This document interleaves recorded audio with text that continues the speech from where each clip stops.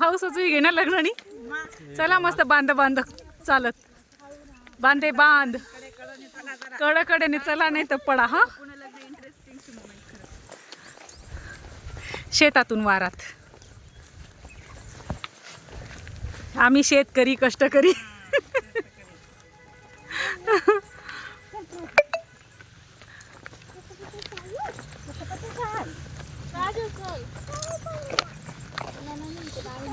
हे भगवान, आधी आधी एनर्जी तो इधर ही डाउन हो गई. हम शादी में जाके करने क्या वाले.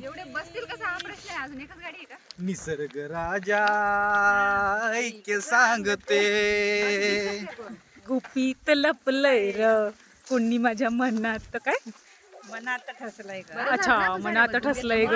आता आपलं म्हणजे कार्यक्रम होते आपल्याला बघायला तरी भेटते. तेच तर मग आपण आपल्या तयारीतून त्यांच्या इकडे त्याच्यापेक्षा त्याच्याजवळ गर्दी राहिली ना. काळ माती निळ पाणी हिरव शिवार ताजा ताजा माळव्याला भोईला या भार.